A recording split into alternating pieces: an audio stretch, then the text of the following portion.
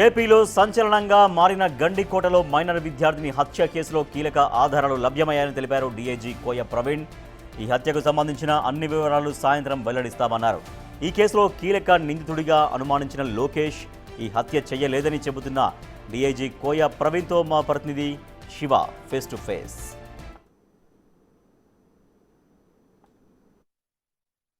కడప జిల్లాలో సంచలనం సృష్టించినటువంటి ఇంటర్ బాలిక హత్య కేసు సంబంధించి కూడా పోలీసులు చేయించినట్టు తెలుస్తుంది. దీనికి సంబంధించి కూడా కర్నూలు రేంజ్ డీఐజీ ఘటనా స్థలాన్ని చేరుకొని ఆధారాలను కూడా పరిశీలించారు. వీటికి సంబంధించి కూడా మనతో మాట్లాడడానికి డీఐజీ గారు ఉన్నారు. సార్ చెప్పండి, ఒక బాలిక హత్య జరిగిన తర్వాత దాంట్లో ఆధారాలు లభించాయి ఇప్పటి వరకు? కీలకమైన ఆధారాలు ఈరోజు మనకి 12 గంటల సమయంలో లభించాయండి. దాని మీద దర్యాప్తు, దాని మీద అన్వేషణ జరుగుతూ ఉంది. సాయంత్రం కల్లా మీకు పూర్తి వివరాలు ఎస్పీ గారు, డిఎస్పీ గారు మీకు తెలియజేస్తారు. అంటే లోకేష్ ఇక్కడి నుంచి వెళ్ళిన తర్వాత తను హత్య చేయలేదన్నట్టు ఆధారాలు లభించాయంటారు. తను సీసీ ఫుటేజ్ రికార్డ్ అయింది. అంటే లోకేష్ తర్వాత ఇక్కడికి ఎవరైనా వచ్చారా వాళ్ళ అన్నీ చెప్తామండి, సాయంత్రం చెప్తాం. ఇప్పుడు ఈ స్టేజ్లో మనం ఏం చెప్పలేం. లోకేష్ అయితే రావడం జరిగింది. ఆయన వచ్చి 20 నిమిషాలు ఈ ప్రాంతంలో ఆ బాలిక అమ్మాయి యువతి కోసం వెతికిలాడినట్టయితే మనకి ఉన్న సీసీ ఫుటేజ్ ప్రకారం మనం చెప్పగలుగుతాం. కానీ ఎట్లా హత్య జరిగింది అనేది మనకి ఇంకా పూర్తిగా అన్ని కోణాల్లో దర్యాప్తు చేస్తాం. కీలకమైన ఆధారాలు అయితే ఈరోజు మధ్యాహ్నం 11-12 ఈరోజు ఉదయం 11-12 గంటల మధ్య కీలకమైన ఆధారాలు లభించి దానిపై పూర్తి దర్యాప్తు చేస్తున్నాం. సాయంత్రానికల్లా మేము ఛేదిస్తామని మేము ఒక ప్రగాఢ విశ్వాసం వ్యక్తం చేస్తాం. సార్, వాళ్ళ కుటుంబ సభ్యుల పాత్రపై ఏమైనా ఏమీ చెప్పే పరిస్థితులు లేవండి. మాకు ఆధారాలు లభించాయి. ఏమిటనేది సాయంత్రానికి మేము ఛేదిస్తాం. ఓకే.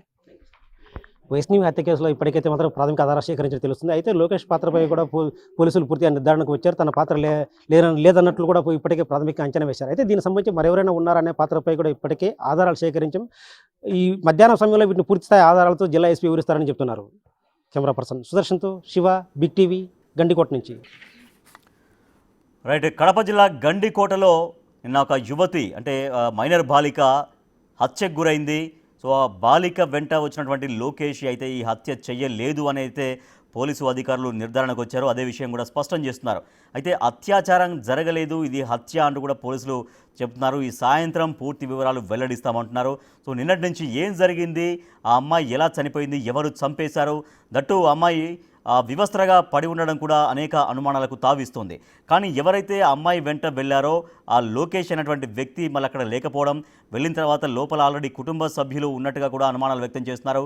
సో కుటుంబ సభ్యుల పాత్ర ఉందా, కుటుంబ సభ్యులే చేశారా, లేదంటే కుటుంబ సభ్యులు అక్కడికి ఎందుకు వెళ్ళారు, వీళ్ళిద్దరూ వైష్ణవి అండ్ లోకేష్ ఇద్దరు గండికోటకు వెళ్ళినటువంటి సమాచారం ఎవరైనా వాళ్లకు అందించారా, ఆ సమాచారం తెలుసుకొని వాళ్ళు అక్కడికి వెళ్ళారా, వెళ్ళి అక్కడ వైష్ణవి పైన చేయి చేసుకున్నారా, లేకపోతే లోకేష్ని అక్కడి నుంచి పంపించారు, ఇవన్నీ కూడా అనేక క్వశ్చన్స్ అయితే రైజ్ అవుతున్నాయి. సో ఎట్లా జరిగింది, కుటుంబ సభ్యులు ఎందుకు హత్య చేస్తారు, ఒకవేళ కుటుంబ సభ్యులు అక్కడ ఉన్నా కూడా కుటుంబ సభ్యులు హత్య చేస్తారు అనేది కూడా ఎందుకు చేస్తారు, సో వాళ్ళకి అంత ఆగ్రహం ఏముంటుంది, మహా అయితే సరే వద్దని చెప్తారేమో, ఆ అబ్బాయితో తిరగవద్దు లేకపోతే అబ్బాయితో వెళ్ళొద్దని చెప్తుంటారేమో, కానీ హత్య ఎందుకు చేస్తారు, హత్య ఎందుకు చేస్తుంటారు కుటుంబ సభ్యులు అనేవి కూడా అనుమానాలు వస్తున్నాయి. సో అవన్నీ కూడా పూర్తిగా పోలీసులు సమాచారం చెప్తానంటున్నారు. డీఐజీ ప్రవీణ్ కూడా బిగ్ టీవీతో మాట్లాడారు. సో అదే అంటే పూర్తిగా కావాల్సినటువంటి ఆధారాలు లభించాయి.